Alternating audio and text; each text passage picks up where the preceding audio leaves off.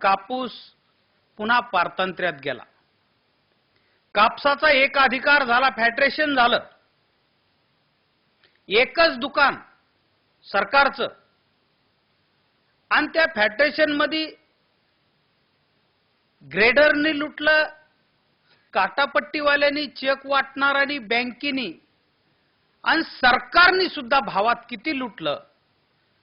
जेव्हा इथं 1500 रुपये क्विंटलला भाव होता, तेव्हा जगात 4500 रुपये क्विंटलला भाव होता.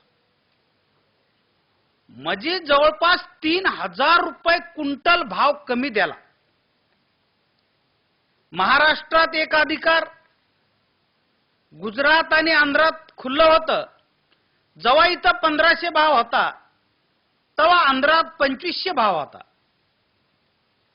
इथं भाव मिळत नाही, आपलं महाराष्ट्र सरकार भाव देत नाही. म्हणून जर का आम्ही कापसाच्या ट्रका भरल्या आणि आंध्र प्रदेशात न्यायचं ठरविलं, तर लगेच पोलिसांनी बाउंड्रीवर त्या ट्रका अडकिल्या, शेतकऱ्याला अटक केली. दुसऱ्या दिवशी पेपरला बातमी आली, चोरटा कापूस पकडला. चोरटा कसा झाला हो? दिवसात लावला, दिवसात याचला, दिवसात भरला, दिवसात चालीला. ह्या कडू पोलिसांनी गांजाच्या ट्रका सोडल्या आणि आमच्या बापाच्या ट्रका अडविल्या. अरे एका दाण्याचे 1000 दाणे करणारे आम्ही. 1 किलो पेरला तर 10 क्विंटल आणतो. गाडीभर ऊस लावला तर ट्रकभर ऊस आणतो. आणि पुन्हा आमच्या धंद्याला जोड द्यायची गरजच पडली का? पण जोडधंदा कोणता सांगितला? पेट्रोलचं लायसन पुढाऱ्याच्या पोरायला, चमच्याला. दारूचे लायसन प्यायला, पाईपाच्या, मोटरच्या एजन्स्या, गॅसच्या एजन्स्या, सरे तिकडं पुढाऱ्याकडं. आणि आम्हाला जोडधंदा सांगितला, संकृत गायी येती घरा, तोची दिवाळी दसरा. संकृत गायी पाळा म्हणले. दुधाचा भाव 10 रुपये लिटर, पाण्याचा भाव 15 रुपये लिटर. ह्या दळभद्रेंनी पाण्या इतका सुद्धा भाव दुधाला द्याला नाही. तो बी धंदा फसला.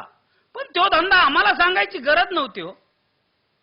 आमची माय काम करते, आमचा बाप काम करते, आमची भाऊजाई काम करते, आमची शाळेत आलेले लेकरं काम करतात, सर्व काम करतात.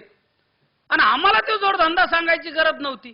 तो जोडधंदा सांगायला पाहिजे होता फौजदारला, तहसीलदारला, कलेक्टरला, इंजिनियरला, की साहेब तुम्ही एकलेच काम करता, तुमच्या पगारीवर खूप ताण आला असन, तुमच्या बायकोला 2 म्हशी घेऊन देतो, सडकाच्या कडेनी चारी जाय म्हणा इळभर तिला, आणि संध्याकाळी तू दूध इकी जाय जरा जाऊन. भूगोल नावाच्या पुस्तकात आम्हाला रूपांतरित खडक, अग्निजन्य खडक, वायुरूपी खडक, लावा, रस 5 किलोमीटर पोटातलं शिकिते.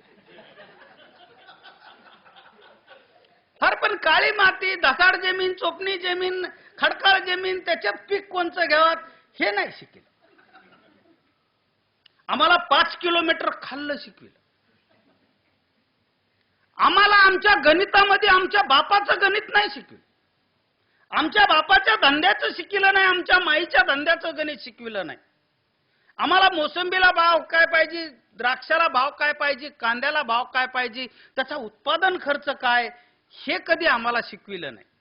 तुम्हाला शहरातल्या लोकांना सरायला माहिती, कांद्याचा भाव वाढा की जीवनावश्यक कायदा.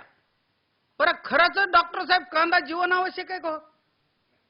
समजा तुमच्या इथं 15 दिवस कोणी कांदा खाल्ला नाही म्हणून चौकात आला आणि चक्कर येऊन पडला आणि कांदा कांदा म्हणून हातपाय खोडू खोडूच मेला, असं काही झालं का?